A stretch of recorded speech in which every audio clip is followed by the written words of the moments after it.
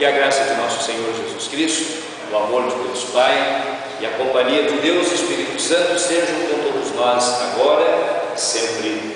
Amém. Quero compartilhar com vocês uma meditação na Palavra de Deus baseada no Evangelho do domingo de hoje, que é o quarto domingo de Páscoa. Palavras de Jesus em João capítulo 10, destacando especialmente a última frase da leitura que foi anteriormente feita. Eu vim para que tenham vida, e vida em abundância. Que Deus abençoe essas palavras, também a nossa meditação neste momento. Amém. Prezados irmãos em Cristo Jesus, nós hoje fomos convidados por Deus para estarmos aqui reunidos, para ouvirmos ou para Ele nos falar sobre vida abundante. Mas é bom nós não confundirmos vida abundante com boa vida, porque boa vida é o que muitas pessoas neste mundo procuram e desejam. Por boa vida nós poderíamos dizer assim, o desejo das pessoas de ganharem muito dinheiro e trabalharem bem pouco, quem sabe aproveitarem o grande tempo que lhes sobraria trabalhando menos para fazerem muitas viagens, para passarem muito tempo em shoppings, fazendo as suas compras, ou esticando as pernas em casa, vendo televisão, ou folhando, quem sabe, as muitas revistas que são editadas, especialmente revistas que falam sobre o glamour de pessoas famosas, as famosas fofocas da televisão. Por vida boa também, ou muitos que almejam a tal vida boa, poderia-se pensar naquelas pessoas que sonham e passam a vida sonhando em serem alguém especial, ou sonhando em satisfazer o seu próprio ego. Enfim, vida boa é ter todo o necessário e não faltar nada, absolutamente nada na vida. Existem pessoas que são capazes de provar ou de experimentar qualquer coisa para ter uma vida boa. Houve alguém que foi entrevistar um grupo de pessoas que procuraram qualquer coisa para terem vida boa. E essa pessoa então perguntou para várias pessoas: o que é que vocês encontraram? Então alguém disse assim: eu tentei os prazeres, mas eles só conduzem à decadência e à destruição. Outro respondeu: eu tentei a bebida, mas ela só leva à doença. Eu tentei o ceticismo, mas ele só leva ou só conduz ao desespero. Eu tentei a ciência e o intelectualismo, mas não satisfaz o meu coração. Outro respondeu: eu tentei de tudo, eu tentei outras portas mais, mas elas me levaram a uma prisão escura, opressiva, de futilidade e desesperança. Jesus adverte, na leitura do Evangelho de hoje, que procurar uma vida boa, simplesmente por uma vida boa, é uma fantasia ou um capricho. E fantasias e caprichos são produtos dos ladrões e salteadores. Caprichos e fantasias vêm de uma fonte estranha, uma fonte que está associada à escuridão, à morte. E o agente principal das fantasias e dos caprichos é Satanás. Satanás muitas vezes tenta nos convencer de uma grande mentira. E muitas vezes nós ficamos então pensando nesta grande mentira alimentada pelo diabo, que todas as pessoas ao nosso redor têm uma boa vida, menos eu. Todas as pessoas à minha volta têm têm muito dinheiro. Todas as pessoas à minha volta, elas têm do bom e do melhor para comer. Todas as pessoas à minha volta têm uma vida sexual agradável. Ou todas as pessoas à minha volta têm sucesso e prosperidade, menos eu. Isso é uma grande mentira, meus irmãos. E Jesus nos lembra que é o diabo quem alimenta esses caprichos, quem alimenta esses sonhos em nossa mente. E Jesus lembra no nosso texto que ladrões e salteadores, eles vêm para roubar, matar e destruir. Fantasias criadas por nós mesmos em nossa mente sobre boa vida, elas apenas conduzem ao desespero e à morte. O autor de Provérbios diz assim: há caminho que ao homem parece direito, mas ao cabo dá em caminho de morte. Então é preciso distinguir entre aquilo que o mundo caracteriza como uma boa vida e aquilo que Jesus veio oferecer no Evangelho de hoje. Eu vim para ter vida e vida em abundância. Há algumas coisas importantes para nós olharmos nas leituras bíblicas desse domingo, nos apontando para esta vida abundante oferecida por Jesus. A primeira coisa que nós aprendemos dos nossos textos é que Jesus é a entrada para a vida abundante, porque foi Ele quem venceu os salteadores e ladrões. No versículo 11, que não está incluído na leitura, mas faz parte do texto, diz assim: que Ele deu a sua vida para vencer todos os inimigos.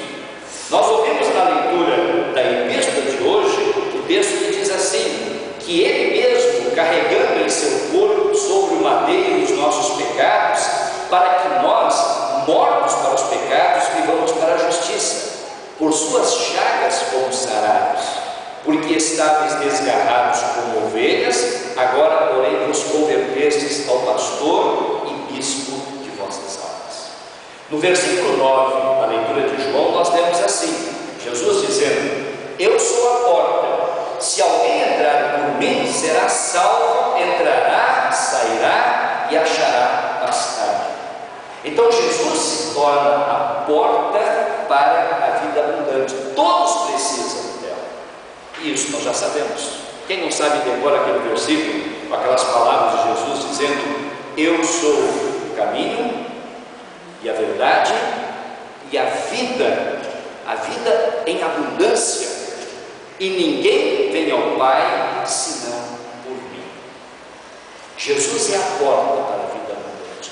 E vida abundante aqui significa uma vida que tenha sentido, uma vida que tenha sido restaurada e renovada.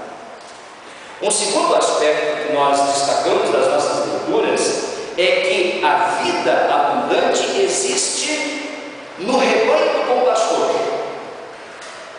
Isso é importante. Quando Jesus diz: eu vim para que tenham vida e tenham vida em abundância, Ele de repente reuniu as ovelhas num grande rebanho, e é ali que Ele oferece a vida abundante. Lutero, quando faz um comentário sobre esse texto de João 10, é como se Jesus estivesse falando. Lutero escreve assim: as minhas ovelhas não somente me ouvem, mas elas também me obedecem e me seguem. Elas crescem diariamente na fé pelo ouvir da palavra de Deus e do correto e perfeito uso dos abençoados sacramentos. Vida abundante existe no rebanho do bom pastor. Nós passamos a fazer parte desse rebanho no dia do nosso batismo, quando nossos pais e padrinhos nos trouxeram até a pia batismal, e ali fomos lavados de todos os nossos pecados. Ali a nossa culpa foi perdoada e eliminada. Ali nós recebemos a fé, nós passamos a fazer parte da família da fé, ou passamos a fazer parte do rebanho do bom pastor, e nós nos tornamos herdeiros da vida eterna. A vida abundante nós encontramos no rebanho do bom pastor. E é importante que nós estejamos no rebanho do bom pastor. É importante que nós não façamos como aquela ovelha perdida que estava no rebanho do bom pastor, andando, de repente ela olha para outros pastos, olha para outros campos, acha que lá é que há boa vida e ela foge. E depois o pastor tem que correr atrás dela. A vida abundante está no rebanho do bom pastor. E um terceiro aspecto muito importante a ser destacado nas 3 leituras, ou nas 4 leituras bíblicas que nós fizemos hoje, é exatamente nós podemos caracterizar o que é uma vida em abundância. Os nossos textos falam sobre uma vida em abundância. Os nossos textos falam sobre como vivem as ovelhas do rebanho do bom pastor, aqueles que foram batizados e foram chamados à família da fé. Os nossos textos falam, por exemplo, sobre uma abundante fé. E como é que nos textos bíblicos está caracterizada esta abundante fé? Por exemplo, no Salmo, quando o salmista diz assim: o Senhor é o meu pastor, aquele que deu a vida por mim. Esta fé é expressa no nosso texto quando o salmista diz assim: nada me faltará. E quando ele ainda diz assim: bondade e misericórdia certamente me seguirão todos os dias da minha vida, e eu vou habitar certamente na casa do Senhor para todo sempre. A vida em abundância que Jesus veio trazer, ela se expressa numa abundante fé, confiança no Salvador Jesus. Os nossos textos também falam sobre uma abundante graça e amor. E é muito bom nós vivermos numa abundante graça. É muito bom nós repousarmos em pastos verdejantes, ou nós repousarmos nas águas de descanso, ou como diz o Salmo 23, nós temos a alma refrigerada, perdoada. Isto é vida em abundância. Os nossos textos também dizem que as provações e o sofrimento também fazem parte de uma vida abundante, por incrível que pareça. E aqui então há uma grande separação entre aqueles que esperam simplesmente uma vida boa, e vida boa significa não ter problemas, vida boa significa não ter que enfrentar adversidades. Quando Jesus vem oferecer: eu venho dar para vocês uma vida em abundância, então o salmista diz assim: mesmo que eu tenha que andar pelo vale da sombra da morte, eu não vou temer, porque tu estás comigo, a tua vara ou o teu bordão, o teu cajado me consolam. Na leitura da epístola, nós vemos o apóstolo Pedro, inspirado por Deus, dizendo que os seus leitores deveriam sentir alegria, mesmo que eles tivessem que suportar tristezas. Imaginem, viver alegres suportando tristezas por causa de Cristo, por causa da fé, do abundante amor de Deus. Então, a vida em abundância também inclui provações, sofrimentos, adversidades, especialmente sofrimentos que nós enfrentamos neste mundo, porque nós somos de Cristo. E o nosso texto também, os nossos textos, quando eles caracterizam a vida em abundância trazida por Jesus, eles falam de uma abundante comunhão. E é interessante como a leitura então de Atos dos Apóstolos, ela destaca a alegria, a abundante comunhão que viveram aqueles primeiros cristãos logo após o Pentecostes. Comunhão no ouvir da palavra, comunhão ao participar da Santa Ceia, comunhão nas orações. Eles repartiam tudo o que tinham.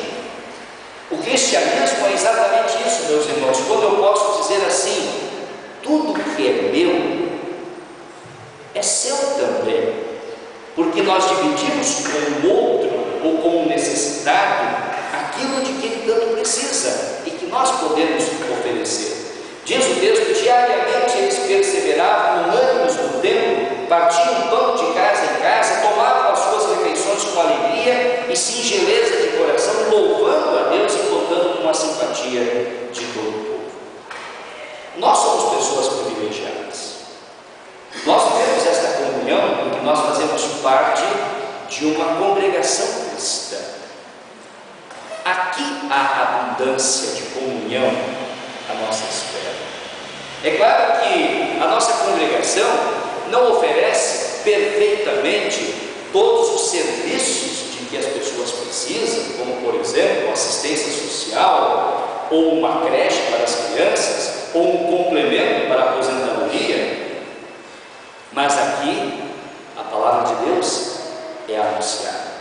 Aqui os santos sacramentos são administrados conforme Jesus instituiu. Aqui nós podemos encontrar no convívio da fé um ombro amigo, onde nós podemos chorar, alguém para abraçar, alguém para oferecer a companhia. Aqui nós podemos dizer que nós somos família, apesar de sermos tão diferentes uns dos outros, apesar de nós termos ideias e pensamentos tão diferentes, mas estamos unidos em Cristo, que nos traz uma vida abundante. E é exatamente nesse ponto, quando nós falamos sobre esta vida em abundância oferecida por Jesus, que nós também lembramos hoje as mães do seu dia. As mães do século XXI estão extremamente preocupadas com o rumo do mundo em que vivem. Estão preocupadas com o futuro dos seus filhos em meio a tanta violência, em meio a tanta falta de educação, ou em meio em que há muitas dificuldades ainda para a sobrevivência. E é natural que as mães estejam preocupadas em dar o melhor para os seus filhos. E o melhor não significa boa vida, mas significa oferecer, dar aos filhos uma vida de qualidade, uma vida de dignidade, onde eles possam ter um lugar para dormir, para morar, roupa, alimento, escola, estudos, um trabalho, e também encaminhando-os para que eles possam ter uma futura família sadia. Mas as mães nesse dia também se preocupam com aquilo que é a maior preocupação: que os seus filhos tenham uma vida em abundância.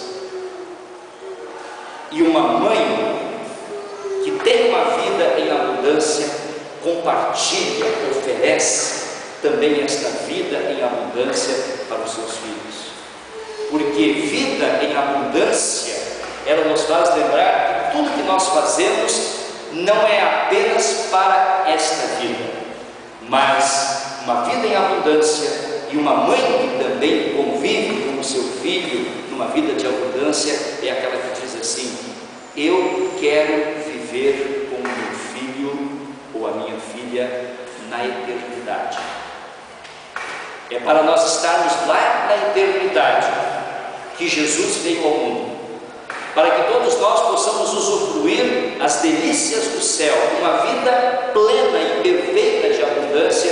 É que Jesus veio ao nosso encontro e disse assim: eu vim para que vocês tenham vida, não boa vida, mas uma vida de abundância.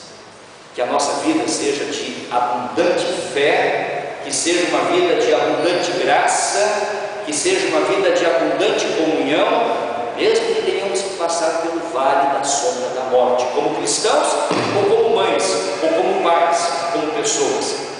Ele está conosco, a sua vara e o seu cajado nos consolam em abundância. Amém.